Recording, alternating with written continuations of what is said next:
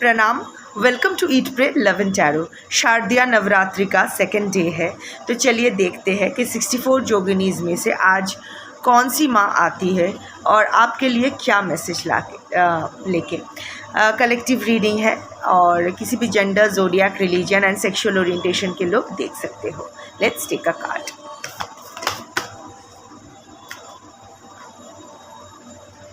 पिंगलापदा। Pingalapada gives me an impression of Matangi, दस महाविद्या की जो मातंगी की जो शक्ति है। क्योंकि ग्रीन कलर की है, पैरट हेडेड है, पैरट के साथ आती है। समहाउ जब भी मैं ये कार्ड लेती हूँ मुझे वो पिंगलापदा योगिनी से मुझे मातंगी जैसी वाइब्स आती है। और ठीक ही है, एनर्जी भी ऑलमोस्ट सेम है। जनरली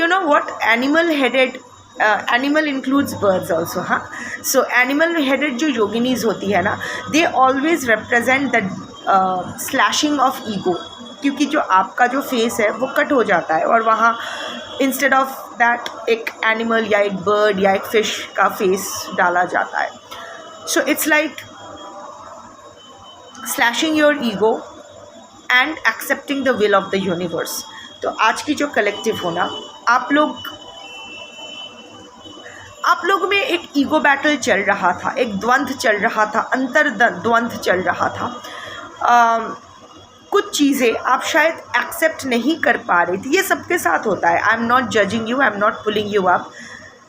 मुझ में भी अहंकार है, इनफैक्ट बहुत ज़्यादा था, इतना कि रावण को भी कॉम्प्लेक्स दे दूँ, because I had so-called achieved so much in life, but मुझे शनि ने साइज़ कर दिया है। अभी भी है, जब तक शरीर रहेगा, अहंकार रहेगा, ईगो रहेगा, संसार में हूँ रहेगा। But of course it has diminished and I am still working on it and it's all Shiv निवेदयामी। अब महादेव को अगर शिखंडी नहीं बना रही हूँ, बट महादेव को ही समर्पित है कि चलो तुम देख लो।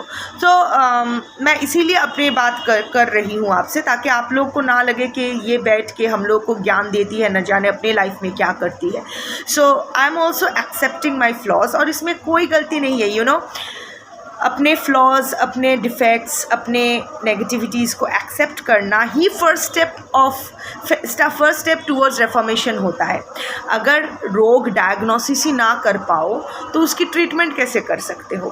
और इट टेक्स ग्रेट स्ट्रेंथ अपने अरे मैं ये हूँ, मैं वो हूँ, ये बोलने में तो लोग माहिर है, सब कुछ करते हैं। कुत्ते को एक बिस्किट भी डालते हैं तो उसका भी वीडियो बना के फेसबुक पे डालते हैं।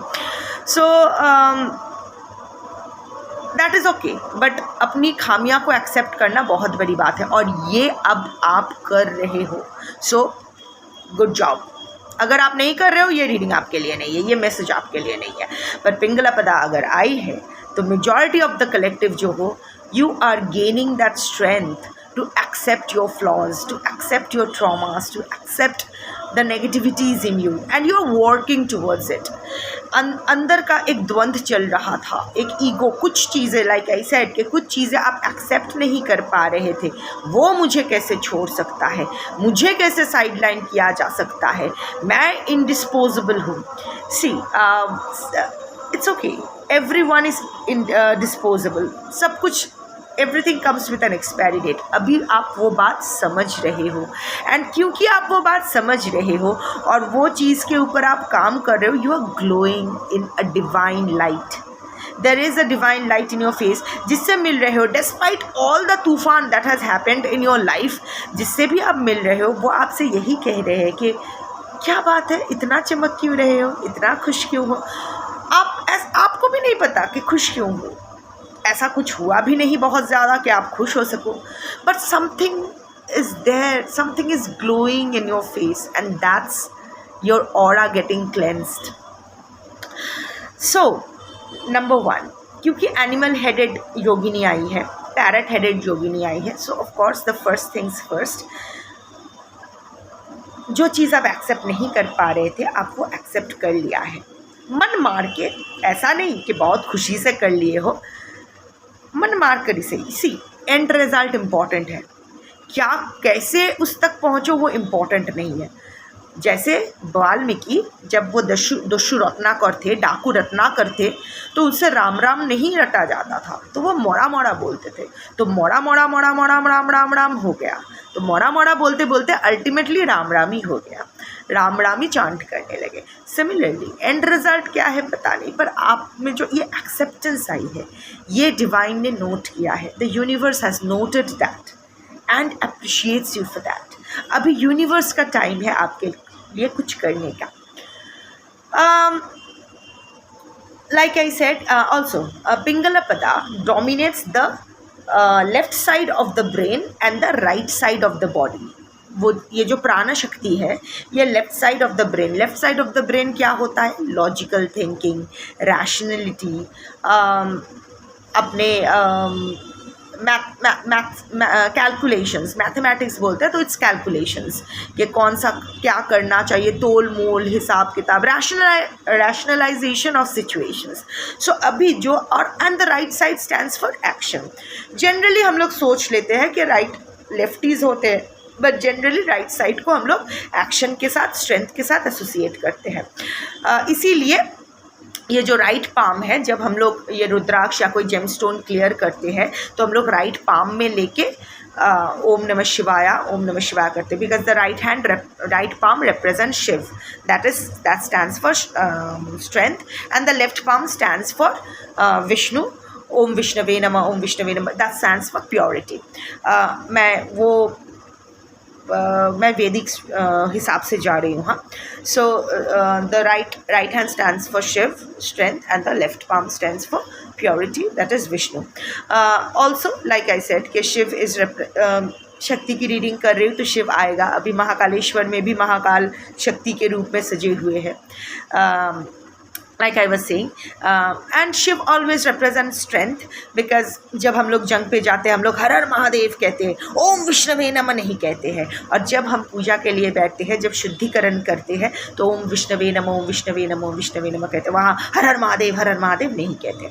So right, like I was saying, the left side of the brain stands for rationality, logical thinking, calculative moves, planning, and the right side stands for execution. So अभी आप दिल से नहीं, दिमाग से अभी सोच रहे हो, और इसमें कुछ बुराई नहीं है। अभी आप इमोशंस को अपने डिसीजंस पे हावी नहीं होने दे रहे हो, और ये बहुत अच्छी बात है, और होने भी नहीं देना, बिकॉज अगले कुछ दिनों में आपकी लाइफ में कुछ ट्रिगर्स आएगी। अगर पिंगलापदा आई है यही बताने के लिए आई है कि अगले कुछ, you are on the right track, but अगले कुछ दिनों में ऐसा कुछ ट्रिगर्स आएगा जो आपको, और ना चाहते हुए भी आप अवॉइड भी नहीं कर पाओगे, you will try to avoid, आप उसमें रिएक्ट करने की कोशिश नहीं करोगे, पर ज़बरदस्ती आपको ऐसा एक सिचुएशन में डाला जाएगा कि there will be no other option but to react to it. In that case you have the option not to react.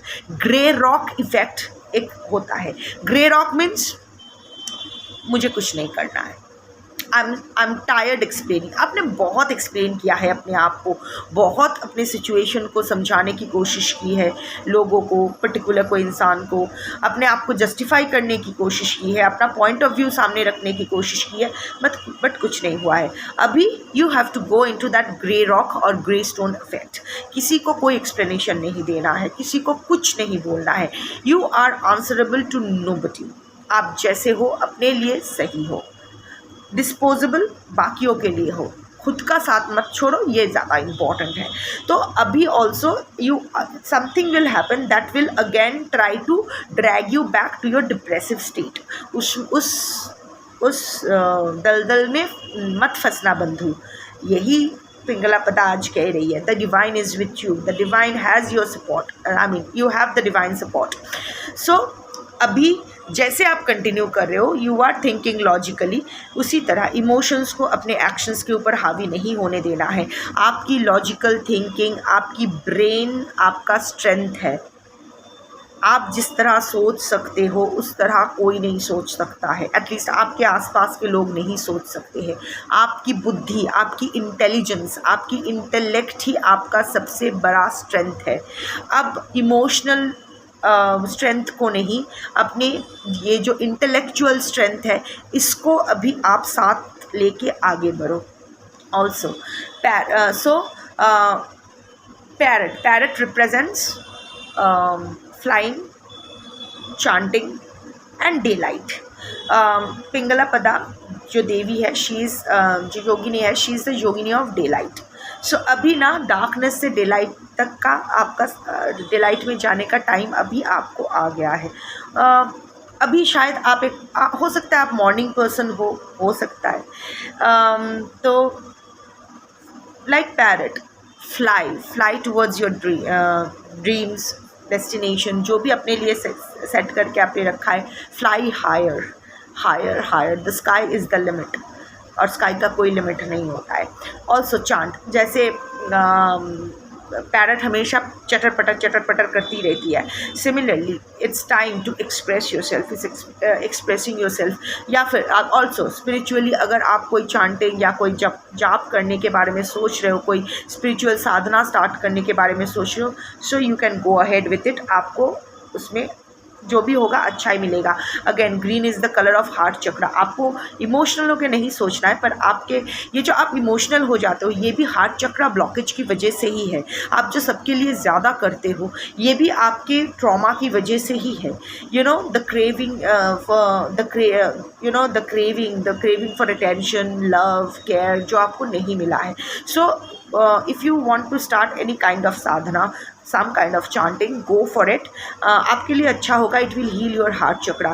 तब आपको समझ में आएगा कि जो हमारे अपने हैं उनके लिए ज़्यादा करने की ज़रूरत नहीं होती है, जितना हमसे हो पाए उतना करो, जो रहना है वो रह जाएंगे। और अगर किसी को आपके साथ नहीं रहना है उसके लिए अगर किडनी भी बेच दो तो वो भी उसके लिए कम ही पड़ेगा, फिर भी वो छोड़ के जाएगा या जाएगी, whatever. Also like I said कि parrot is the bird of day light. Parrot रात को नहीं निकलते, एकदम सुबह सुबह करके निकल जाते हैं।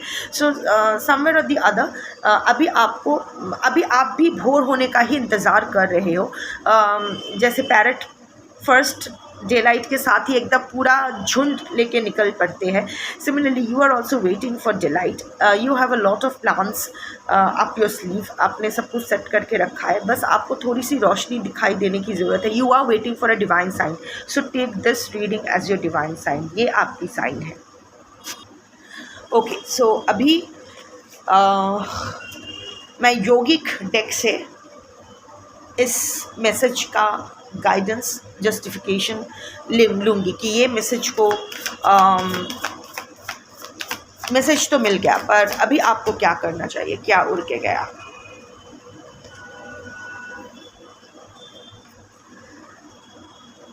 किस तरह से ये रीडिंग इंटरकनेक्टेड होती है। देखो वहाँ आया पिंगला पदा विद द पैरट, और ये कार्ड आया विशुद्ध चक्र का, थ्रोट चक्र। And I was just talking के किस तरह अपने आप को अभी अपना थ्रोट चक्र ओपन करना है, कम्युनिकेट करना है। हाउ वंडरफुल, यू नो, जैसे ऐसे अगर कार्ड्स आते हैं ना, दो डेक से इंटरकनेक्टिंग एनर्जी आ जाता है ना, तो ये डबल कंफर्मेशन हो जाता है कि रीडिंग बिल्कुल सही है, और उन लोगों के लिए बिल्कुल रेजोनेट करेगी जिसके लिए ये रीडिंग है। जिनके लिए ये रीडिंग नहीं है वो लोग अगर देखोगे भी तो भी इस रीडिंग के साथ किसी भी तरह से रेजोनेट नहीं कर पाओगे। हर चीज़ हर किसी के लिए नहीं होता है।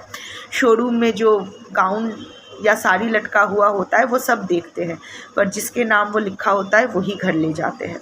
सिमिलरली सो विशुद्ध चक्र, that is the throat chakra. Time to communicate your feelings, what you thought, what you think, what are your expectations. अच्छा बोलते हो, you have been gifted, इधर दो किस्म के ही कलेक्टिव मैं देख सकती हूँ। एक one the collective who is gifted with the power of speech. शायद स्पीच रिलेटेड ही कोई काम करते हो, काउंसलर हो, टीचर हो, therapist, whatever, something to do with speaking, a lot of speaking, या फिर also but even in personal life बोलना ज़्यादा पसंद है, खुली किताब जैसे इंसान हो. And the second kind of collective जो बोल तो सकते हो पर बोलते नहीं हो, यू नो, बोलना बहुत कुछ चाहते हो पर सामने वाला इंसान या सामने वाले सिचुएशन को ज़्यादा अंडरस्टैंड करने की कोशिश करते हो, उसका पॉइंट ऑफ व्यू समझने की इतना कोशिश करते हो कि अपना पॉइंट ऑफ व्यू सामने रखना भूल जाते हो.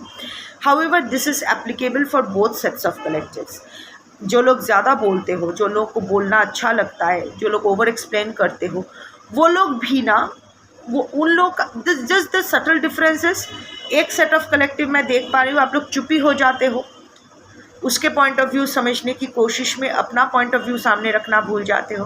And the second kind of and the first kind of collective, जो लोग ज़्यादा बोलते हो, वो लोग अपने आप को ओवर एक्सप्लेन कर देते हो क्योंकि आप लोगों को गिल्टी फील होती है, अरे मैंने उसकी तरफ से नहीं सोचा, अपने ही बारे में सोचा. इतना गिल्टी फील करते हो कि खुद को ओवर एक्सप्लेन करके खुद को दोष, खुद का यू नो जहाँ आपका दोष नहीं भी होता है वो भी मान लेते हो. In that case time to unblock and balance your throat chakra.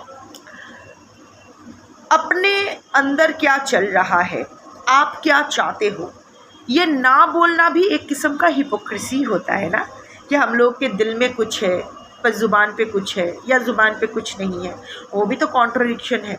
Any kind of contradiction is hypocrisy और दैट इज़ बैड कर्मा. ये नहीं करना है. सो अभी जो एनर्जी आपके लिए बहुत अच्छी एनर्जी आई है, you are flying towards daylight. आपके लाइफ में वो सुबह होने का टाइम आ गया, भोर होने का टाइम आ गया है. अभी इतना अंधेरा लग रहा है ना, ये काली रात अभी बहुत जल्द ख़त्म होने वाली है. And you are moving towards dawn which is very good. But उस डॉन को, सुबह तो हर किसी के लिए होती है, पर उस सुबह का मैक्सिमम इफ़ेक्ट वही ले सकते हैं जो स्थिति अनुसार खुद को चेंज करते रहते हैं, because change is the only constant. So the right now जो आपके लिए गाइडेंस है, इस वक्त आपको जो चेंज अपने अंदर लेना है वो है एक्सप्रेशन. खुद को एक्सप्रेस करो, अच्छा बुरा, अगर कुछ अच्छा ना लगे.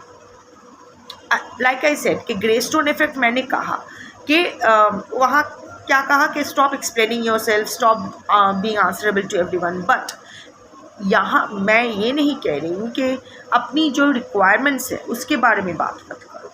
You don't need to explain yourself. मुझे ये चाहिए, क्यों चाहिए ये किसी को बताने की, ये you don't owe anyone explanation. This is your requirement. मुझे चावल खाना, मुझे दाल चावल खाना है. अब क्यों खाना है, सब बिरयानी खा रहे हैं, आपको दाल चावल खाना है, बस मुझे दाल चावल खाना है. ये बोलो, आप सब खा रहे हैं इसलिए आपको भी खाना है, ज़रूरी नहीं है. अब क्यों दाल चावल खाना है ये किसी को बताने की ज़रूरत, ये मेरी रिक्वायरमेंट है, मुझे खाना है इसलिए मैं खा रही हूँ, इसीलिए मुझे खाना है. You understand the difference. अभी वही, you have to be very you have to claim your speech, reclaim the power of your speech. जो ऑल्सो आई कैन सी, ऐसे आप लोगों के साथ, बहुत लोगों के साथ ऐसा हुआ है, आपकी आवाज़ दबाया गया है. शायद आप पहले बोलने की कोशिश करते थे पर उसको अब्यूज़ करके, टॉर्चर करके, धमका के या फिर इमोशनली मैनिपुलेट करके आपका वॉइस दबाया गया है. So right now speak for yourself, speak your yes and noes. क्या आपको अच्छा लगता, आप अगर रिलेशनशिप की भी बात करें तो what are your negotiables and what are your non negotiables, what are your expectations, what are you looking for in this relationship. क्या आपकी रिक्वायरमेंट्स मीट हो रही है. See, don't compromise on your negotiables, पर अगर non negotiables, don't compromise on your non negotiables. पर जो negotiables है वो फ्लेक्सिबल हो सकता है. I mean what I am trying to say is that अपना negotiables, non-negotiables, yes, no, requirements, wants, desires, expectations express करने में कोई गलती नहीं है. Don't feel guilty about it. ये ज़रूरी है. This is called transparent communication. This is what transparency is all about. हाँ, और this is not selfishness, because negotiables और नॉन नेगोशिएबल्स को अलग करने का उद्देश्य ही यही है कि I am not going to compromise on my non negotiables. These are my non negotiables.